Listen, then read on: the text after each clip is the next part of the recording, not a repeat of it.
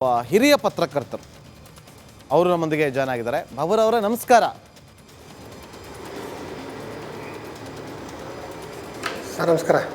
Okay, ಇಡೀ ರಾಜಕೀಯ ಪಡಸಾಲೆಯಲ್ಲಿ ಒಂದು ಯಾವ ಕಾರಣಕ್ಕೋಸ್ಕರ ಬಿ ಆರ್ ಪಾಟೀಲ್ ಅವರು ಈ ರೀತಿಯಾಗಿ ತಮ್ಮ ರಾಜಕೀಯ ಸಲಹೆಗಾರ ಹುದ್ದೆಗೆ ರಾಜೀನಾಮೆನ ಕೊಟ್ಟರು ಅಂತ ಹೇಳಿದಾಗ 1, 2, 3, 4, 5 ಅಂತೇಳಿ ಒಂದು 10 ಪಾಯಿಂಟ್ಗಳು ಬರ್ತವೆ.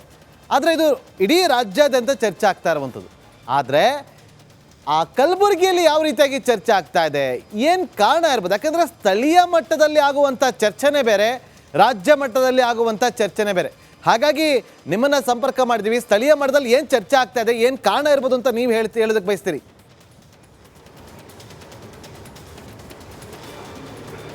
ಸರಿ, ಸದ್ಯಕ್ಕೆ ಅವರು ಮೇಲ್ನೋಟಕ್ಕೆ ನೋಡಿದ್ರೆ ಅಂಥ ಸಮಸ್ಯೆ ಅಲ್ಲ. ನಂದು ಸಿದ್ದರಾಮಯ್ಯ ಒಳ್ಳೆಯ ಸ್ನೇಹಿತರು ನಾವು ಅದು ಅಂತ. ಆಮೇಲೆ ಜೊತೆಗೆ ನಾನೇನಪ್ಪ ಅಂದರೆ ಸಿದ್ದರಾಮಯ್ಯಗೂ ನನಗೆ ಅಂಥದ್ದು ಒಳ್ಳೆಯ ಸ್ನೇಹಿತರು. ಅವರು ಅದು ದೊಡ್ಡ ಸಮಸ್ಯೆ ಇಲ್ಲ, ಸಣ್ಣದು ಅಂತ ಅವ್ರು ಹೇಳ್ಕೊಬೋದು ಮೇಲ್ನೋಟಕ್ಕೆ ಅವರು ನಮ್ಮ ಮಾಧ್ಯಮಗಳ ಜೊತೆ. ಆದರೆ ವಾಸ್ತವವಾಗಿ ನಾವು ಅದನ್ನು ಒಂದು ಸಲ ನೋಡಿದಾಗ ಒಳಗೆ ಎಲ್ಲೋ ಒಂದು ಕಡೆ ಎಲ್ಲೋ ರಾಜಕೀಯ ಅವ್ರನ್ನ ಈ ಆಡಳಿತ ವ್ಯವಸ್ಥೆ ಎಲ್ಲೋ ಒಂದು ಕಡೆ ಅವ್ರನ್ನ ಕಡೆಗಣಿಸ್ತಿರುವ ನೋವು ಅವ್ರಿಗೆ ಕಾಡ್ತಿರ್ಬೋದು ಅಂತ ನನಗೆ ಅನಿಸ್ತದೆ ಸರ್ ಒಂದು ಹಂತದಲ್ಲಿ. ಯಾಕೆಂದರೆ ಅವರು ಹಿಂದೆ ಅವರ ಕ್ಷೇತ್ರದ ಮತ್ತು ಅವರ ಆಳಂದ ತಾಲೂಕಿಗೆ ಸಂಬಂಧಪಟ್ಟಂತಹ ಅಧಿಕಾರಿಗಳ ವರ್ಗಾವಣೆ ವಿಷಯ ಆಗಿರ್ಬೋದು, ಮತ್ತು ಕೆಲವೊಂದು ಹುದ್ದೆಗಳ ನಿಯೋಜನೆ ಸಂದರ್ಭದಲ್ಲಿ, ಮತ್ತು ಈಗ ತಾನೇ ತಾವು ಹೇಳಿದಂತೆ ಈ ಅನುದಾನದ ವಿಚಾರದಲ್ಲಿ ಅವರಿಗೆ ಮೇಲಿಂದ ಮೇಲೆ ಇಲ್ಲಿ ಕಡೆಗಣಿಸಿದ್ದೇ ಇದಕ್ಕೊಂದು ಮೇಜರ್ ಕಾರಣ ಇರಬಹುದು ಅಂತ ನನಗೆ ಅನಿಸ್ತದೆ ಸರ್. ಮೇಲಾಗಿ ಸದ್ಯಕ್ಕೆ ಒಂದು ಹಂತದಲ್ಲಿ ಬೇರೆ ಬೇರೆ ಅಂದರೆ ಜಿಲ್ಲಾ ಉಸ್ತುವಾರಿ ಸಚಿವರು ಮತ್ತು ಬೇರೆ ಬೇರೆ ಎಲ್ಲ ಕಾರಣಕ್ಕಾಗಿ ಜಿಲ್ಲಾ ಉಸ್ತುವಾರಿ ಸಚಿವರ ಜೊತೆ ಇರ್ಬೋದು, ಬೇರೆ ಅವರು ಹೆಚ್ಚು ಕಡಿಮೆ ಸಿದ್ದರಾಮಯ್ಯನವರಿಗೆ ಭಾಳ ತುಂಬ ಆಪ್ತರು. ಇಬ್ಬರು ಭಾಳ ಸ್ನೇಹಿತರು, ಭಾಳ ಗಳಸ್ಯ ಕಂಠಸ್ಥ ಸ್ನೇಹಿತರು ಸಿದ್ದರಾಮಯ್ಯ ಅವರು ಮತ್ತು ಬಿ ಆರ್ ಪಾಟೀಲ್ ಅವರು. ಇಬ್ಬರೂ ಸಹ ಏಕವಚನದಲ್ಲಿ ಮಾತಾಡುವಂಥ ಅಷ್ಟು ಆಪ್ತತೆ ಹೊಂದಿರತಕ್ಕಂಥ ಸ್ನೇಹಿತರು. ಅವ್ರಿಗೆ ಈ ಚುನಾವಣೆ ಪೂರ್ವದಲ್ಲಿ ಅದೇ ಚುನಾವಣೆ ಪ್ರಚಾರಕ್ಕೆ ಬಂದಾಗ ಆಳಂದದಲ್ಲಿ ಸಿದ್ದರಾಮಯ್ಯನವರು ಮಾತು ಹೇಳಿದರು. ಏನು ಅಂತಂದರೆ, ನೀವು ಈ ಸಲ ಬಿ ಆರ್ ಪಾಟೀಲ್ ಅವ್ರನ್ನ ಗೆಲ್ಲಿಸ್ಕೊಂಡು ಬನ್ನಿ, ಅವ್ರಿಗೆ ಮಂತ್ರಿ ಮಾಡೋದು ನನ್ನ ಜವಾಬ್ದಾರಿ ಅಂತ ಹೇಳಿ ಸಿದ್ದರಾಮಯ್ಯನವರು ಬಹಿರಂಗವಾಗಿ ಪ್ರಚಾರ ಸಭೆಯಲ್ಲೇ ಭರವಸೆಯನ್ನು ಕೊಟ್ಟಿದ್ದರು. ಹೀಗಾಗಿ ಒಂದಷ್ಟೆಲ್ಲೋ ಜನರಿಗೆ ಆಸೆ ಹುಟ್ಟಿತ್ತು. ಸಹಜವಾಗಿ ಅವ್ರಿಗೂ ಸಹ ಮಂತ್ರಿ ಸ್ಥಾನ ಆಸೆ ಹುಟ್ಟು. ಆದರೆ ಆ ಹೊತ್ತಿನಲ್ಲಿ ಬೆಳವಣಿಗೆಗಳಾದಾಗ ಬೇರೆ ಬೇರೆ ಕಾರಣಗಳಿಂದಾಗಿ ಅವರು ಕ್ಯಾಬಿನೆಟ್ ಸೇರಲಿಕ್ಕೆ ಆಗಲಿಲ್ಲ. ಅದೊಂದು ಕಾರಣಗಳಿಂದಾಗಿ ಅದು ಆ ಹೊತ್ತಿನಲ್ಲಿ ಸ್ವಲ್ಪ ಅಸಮಾಧಾನಗೊಂಡಿದ್ದ. ಅವ್ರನ್ನ ಸಮಾಧಾನ ಪಡಿಸಲಿಕ್ಕೆ ಖುದ್ದು ಸಿದ್ದರಾಮಯ್ಯನವರೇ ಒಂದಷ್ಟು ನಾನೇ ಸಿ ಎಮ್, ನೀನೇ ಸಿ ಎಮ್ ಇದ್ದ ಹಾಗೆ ನೀನು ಸಿ ಎಮ್ಮು, ಆದಮೇಲೆ ನೀನೇ ಸಿ ಎಮ್ ಅನ್ನೋ ಥರ ಅವರಿಗೆ ಮನವೊಲಿಸಿ ಸಮಾಧಾನ ಮಾಡಿದರು. ನಂತರ ದಿನಗಳಲ್ಲಿ ಬೇರೆ ಬೇರೆ ಹುದ್ದೆಗಳನ್ನ ಅವರಿಗೆ ಕೊಟ್ಟಿದ್ದರು. ಬೇರೆ ಲಾಭದಾಯಕ ಹುದ್ದೆ ಕೊಟ್ಟಾಗ ಆ ಕಾರಣಕ್ಕಾಗಿ ಅದು ಏನೋ ಚರ್ಚೆ ಆದರೂ ಸಹ ವಲ್ಲ ಬೇಡ ಅಂತೇಳಿ ಅದನ್ನು ತಿರಸ್ಕಾರ ಮಾಡಿದ್ರು ಅವರು. ಅಂದರೆ ಅವ್ರಿಗೆ ಕೊನೆಯ ಅವರು ಇದು ಹೆಚ್ಚು ಕಡಿಮೆ ಅವರು ನಾನು ರಾಜಕೀಯದ ನನ್ನ ಕೊನೆಯ ಅವಧಿ, ಇದು ಕೊನೆಯ ಸಲ, ಹೀಗಾಗಿ ನನಗೆ ಒಂದು ಮಂತ್ರಿ ಸ್ಥಾನ ಸಿಗಲಿ ಅಂತ ಸಹಜವಾಗಿಯೇ ಅಪೇಕ್ಷೆ ಪಟ್ಟವರು. ಆದರೆ ಅವರು ಬದ್ಧತೆ ಮತ್ತು ನಿಷ್ಠೆಯಲ್ಲಿ ಯಾವತ್ತೂ ಅವರು ತಪ್ಪಿದವರಲ್ಲ. ಒಬ್ಬ ಪ್ರಬುದ್ಧ ರಾಜಕಾರಣಿ ಅನ್ನೋದರಲ್ಲಿ ಎರಡು ಮಾತುಗಳು ಇಲ್ಲೇ ಇಲ್ಲ. ಬಿ ಆರ್ ಪಾಟೀಲ್ ಅವರು ಹೆಚ್ಚು ಕಡಿಮೆ ಜನರ ಜೊತೆ ಒಳ್ಳೆಯ ಒಡನಾಟ ಇಡೀ ಜಿಲ್ಲೆಯಲ್ಲಿ ಮತ್ತು ರಾಜ್ಯ ರಾಜಕಾರಣದಲ್ಲಿ ಒಳ್ಳೆ ಸೂಕ್ಷ್ಮ ಸಂವೇದನಾಶೀಲ ರಾಜಕಾರಣಿ ಅವರು.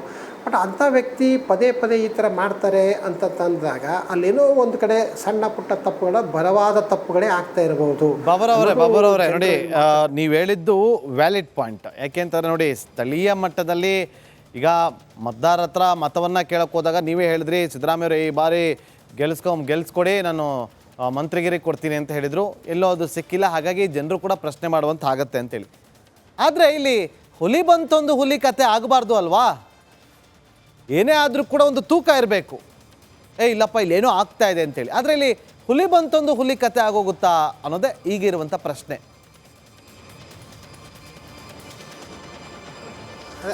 ಅದೇ ಹಂತಕ್ಕೆ ಬಂದಿದೆ ಸರ್. ಅವರು ಆಳಂದ ಕ್ಷೇತ್ರಕ್ಕೆ ಅವರು ಭಾಳ ಏನೋ ಒಂದು ದೊಡ್ಡ ಕನಸನ್ನು ಕಂಡುಕೊಂಡವ್ರು ಬಿ ಆರ್ ಪಾಟೀಲ್ ಅವರು.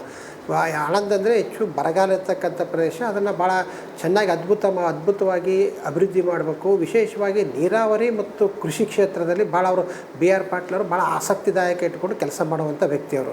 ಆ ಕಾರಣಕ್ಕೆ ಅವರು ಮೇಲಿಂದ ಮೇಲೆ ಈ ರಾಜೇಂದ್ರ ಸಿಂಗ್ ಅವರನ್ನು ಕರೆಸಿ, ಮತ್ತು ಪಕ್ಕದ ನೀರಾವರಿ ತಜ್ಞರನ್ನು ಕರೆಸಿ ಅನೇಕ ವೈಯಕ್ತಿಕವಾಗಿ ಸಹ ಅವರು ತಮ್ಮ ಸಂಸ್ಥೆಯಿಂದಲೂ ಸಹ ನೀರಾವರಿ ಮತ್ತು ಕೃಷಿ ಸಂಬಂಧಪಟ್ಟಂಥ ಕೆಲಸಗಳನ್ನು ಮಾಡ್ತಾಯಿದ್ದಾರೆ. ಆದರೆ ಹುದ್ದೆ ಮೇಲೆ ನಿರೀಕ್ಷೆ ಇಟ್ಟಿದ್ದರಿಂದ ಕ್ಷೇತ್ರಕ್ಕೆ ಕನಿಷ್ಠ ಹುದ್ದೆ ಬೇಡ, ಅಟ್ಲೀಸ್ಟ್ ಅನುದಾನ ಆದರೂ ಬರಲಿ ಅನ್ನೋದು ಅವ್ರ ಅಪೇಕ್ಷೆ.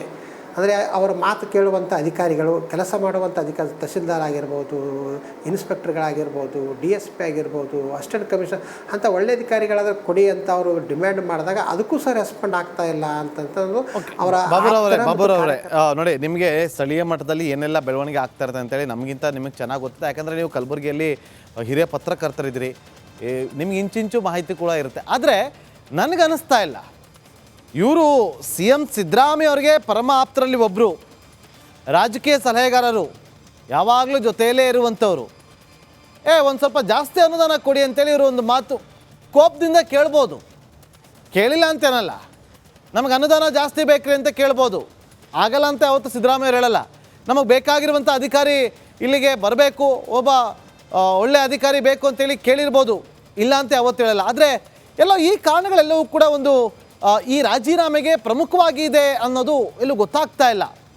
ಸೊ ಇದು ಬಿಟ್ಟು ಬೇರೆ ಏನೋ ಇದೆ. ಯಾಕೆಂದರೆ ಗ್ಯಾರಂಟಿ ವಿಚಾರವಾಗಿ ಅವ್ರು ಮಾತಾಡಿದರು, ಅಸಮಾಧಾನವನ್ನು ಹೊರಹಾಕಿದರು.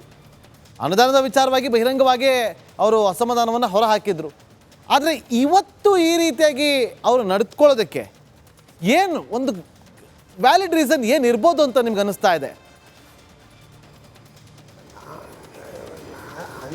ಅಂದರೆ ಅವ್ರನ್ನ ಈ ಜಿಲ್ಲಾ ರಾಜಕಾರಣದಲ್ಲಿ ಅವ್ರನ್ನ ಕಡೆಗಣಿಸಲಾಗ್ತದೆ ಅನ್ನೋದು ಅವರು ಮುಖ್ಯವಾಗಿ ಅವರ ಆಪ್ತರಿಗೆ ಮತ್ತು ಅವರ ಫಾಲೋವರ್ಗೆ ಇರ್ತಕ್ಕಂಥ ಆತಂಕ ಮತ್ತು ಕಳವಳ ಸರ್, ನೋವಿದೆ ಅವರಿಗೆ.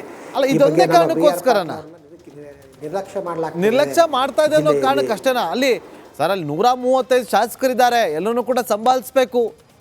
ಪ್ರಿಯಾಂಕ ಖರ್ಗೆ ಅವರ ತಂದೆ AICC ಅಧ್ಯಕ್ಷರಿದ್ದಾರೆ, ಮಲ್ಲಿಕಾರ್ಜುನ್ ಖರ್ಗೆ ಅವರು, ಅವರ ಮಾತುಗಳು ಕೂಡ ಬಹಳ ದೊಡ್ಡ ಮಟ್ಟದಲ್ಲಾಗುತ್ತೆ.